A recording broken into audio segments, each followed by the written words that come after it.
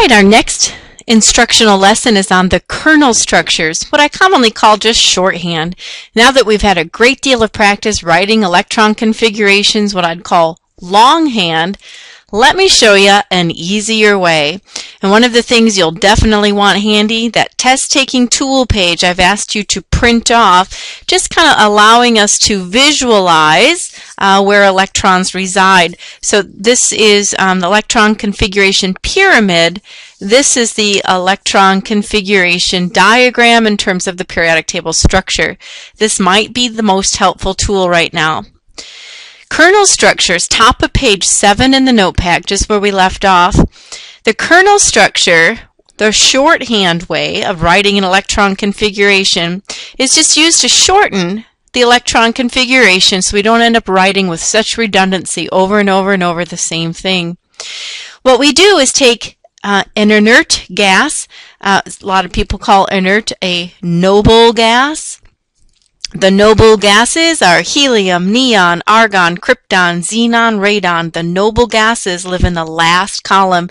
Remember how every element is envious of the noble gases with their most stable configuration?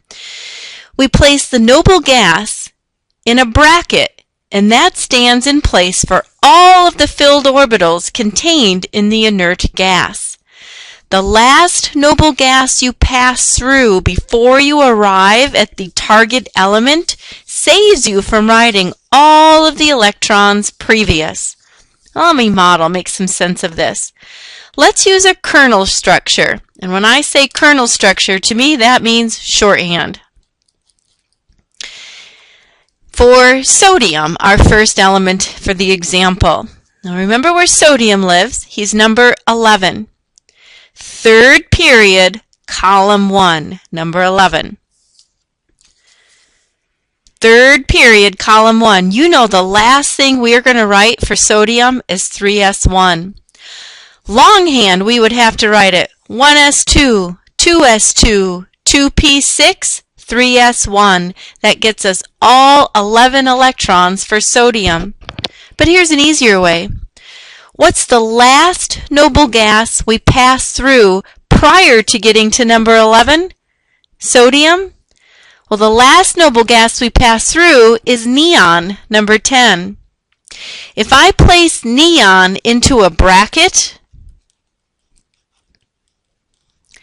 that's the same as writing all 10 electrons of neon. That's the same thing as going 1s2, 2s2, 2p6. That adds to 10 electrons. Boy, that's shorter. The only other thing we have left to do is show that 11th electron that sodium configures. Neon in a bracket, 3s1. That's the kernel structure for sodium. In a bracket, neon represents the first 10 electrons. One more to get to sodium, 3s1. The last noble gas you pass through, and then just simply pick up with the configuration after that. Let's model another. Too many papers. Germanium. Germanium is number 32. Who's the last noble gas we pass through before arriving at germanium, number 32? Well, the last noble gas we passed through was argon, number 18. 18 is the last noble gas, argon. So in a bracket, I'm going to place argon, and that denotes the first 18 electrons. Now where do we pick up?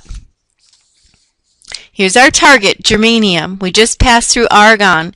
Notice how we hit the fourth period? We go through the S block. And here's my target. I got to pass through the S block of the fourth period, 4s2.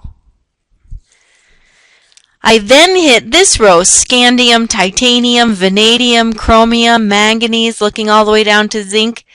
This is the fourth period, but it's the third energy level of the D subblock. I got to pass all through those 10 elements before arriving at germanium. I'll denote those 10 elements, those 10 electrons, as 3d10. 2 more to go for germanium. Notice we go back to the 4p energy level. 2 more in there. We're going to end at 4p2. Argon in a bracket saved us from writing 18 electrons. 18 plus 2 is 20, plus 10 more is 30, plus 2 more gets me to the target of 32.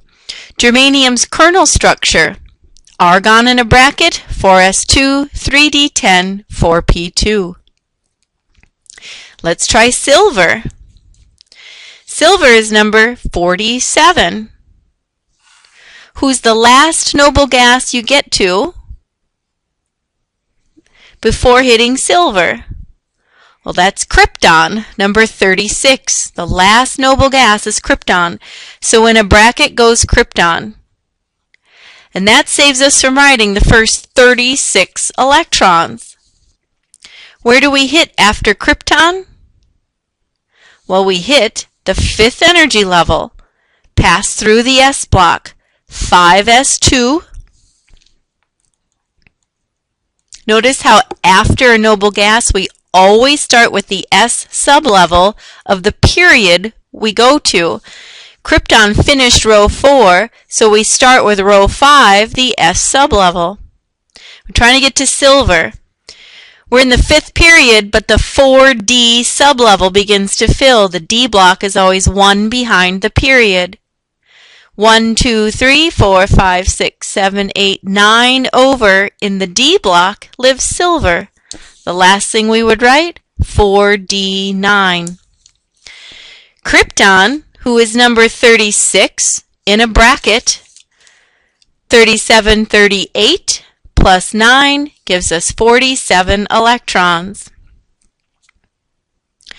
The last example I'll work with you is tellurium, T-E, tellurium, number 52. We have to write for 52 electrons, whose the last noble gas we pass through is again krypton. So again from krypton, after we fill krypton, that's like ending row 4, we pick up with row 5. 5s2 sublevel gets passed through. 1 behind the period, we have to pass all the way through the 4D sublevel. We go back to the 5th principal energy level for the P block. Tellurium is 4 over in the P block.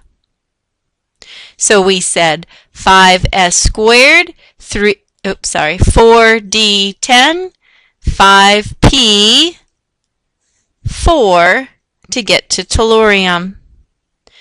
Krypton, who is number 36, 37, 38, 48, and 4 is 52. We've written for tellurium 52 electrons using the Kernal method. We place a noble gas, the last one we pass through, into a bracket, and that abbreviates all of those core electrons. Those electrons are uninteresting to a chemist anyway. They're not available for bonding. It's those electrons past the core electrons that are interesting, allowing us to predict how atoms combine to form compounds. Pause your video lessons here and make sure the kernel structures are a comfortable skill.